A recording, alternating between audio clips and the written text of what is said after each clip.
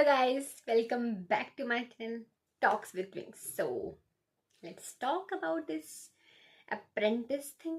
SP apprentice का जो unexpected mail है, जो कि पता नहीं आउट ऑफ नोवेयर कहाँ से आ गया और जो एक्सपेक्टेड भी नहीं था कि ऐसा कुछ हो जाएगा।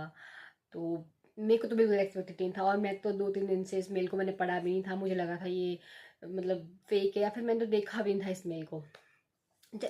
जबकि लास्ट नाइट बस मैंने नोटिफिकेशन में देखा कि स्टेट बैंक ऑफ इंडिया लिखा हुआ था और जैसे मैंने स्टेट बैंक ऑफ इंडिया देखा वैसे ही मुझे लगा कि तो मुझे इस मेल को चेक कर लेना चाहिए जस्ट इन केस कि प्री का रिजल्ट तो नहीं आ गया या फिर कुछ क्या नोटिफिकेशन है।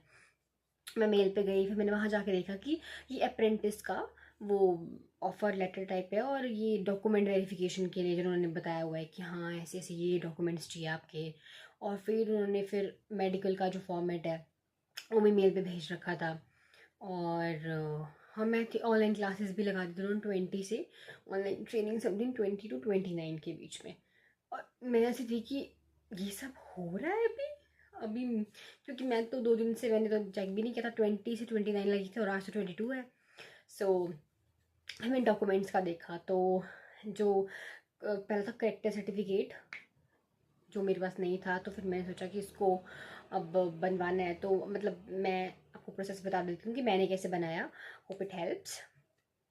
तो पहले हम अपने जो एरिया के प्रधान हैं उनके पास गए और फिर वो उन्होंने हमें एक कागज़ दिया जिस मतलब एक चित्र प्रमाण पत्र टाइप कुछ होता है जिसमें वो लिख के देते हैं कि हाँ ये जो मतलब यहाँ का रहने वाला है इसने ऐसा कुछ भी नहीं किया, मतलब कोई भी इसके खिलाफ ऐसा कुछ गलत नहीं है।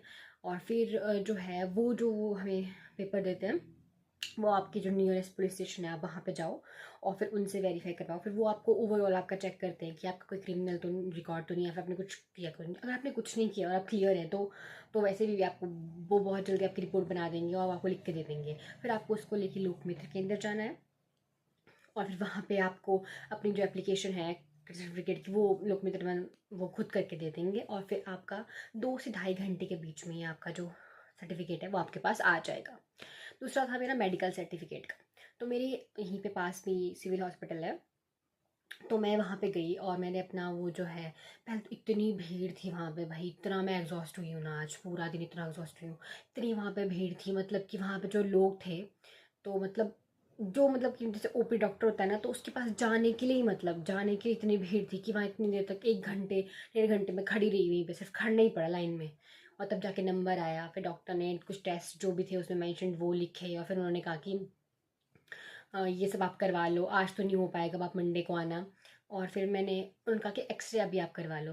तो मैंने अपनी लाइफ का पहला पहला एक्सरे करवा लिया है। तो मेरे चेस्ट का एक्सरे हुआ है मतलब ओवरऑल, और मुझे मेरा फर्स्ट टाइम एक्सपीरियंस है, मैंने इससे पहले कभी एक्सरे नहीं करवाया है। सो या इट वॉज लाइक मैं तो कि फ्रेम करा के रखूँगी इस एक्सरे को, तो मैं बड़े से एक्सरे करने वाली हूँ। उसके बाद और एक में बर्थ सर्टिफिकेट चाहिए होता है, ये आपको शायद आपके स्कूल से मिल जाएगा, आपकी पंचायत से भी मिल सकता है। और एक जो स्कूल या कॉलेज से आपको कैटेगरी सर्टिफिकेट चाहिए वो भी आपको इजीली मिल जाएगा। और बाकी जो है जो आपके जो कैटेगरी की सर्टिफिकेट्स है वो हैं। और बस यही है जो मेन सर्टिफिकेट्स मुझे अभी याद आ रहे हैं। और बाकी जो आपकी डिग्री ऑफ क्वालिफिकेशन है एजुकेशन वो सर्टिफिकेट होगा। और आधार कार्ड और पैन कार्ड ये डॉक्यूमेंट्स है, ठीक है, वेरिफिकेशन के लिए।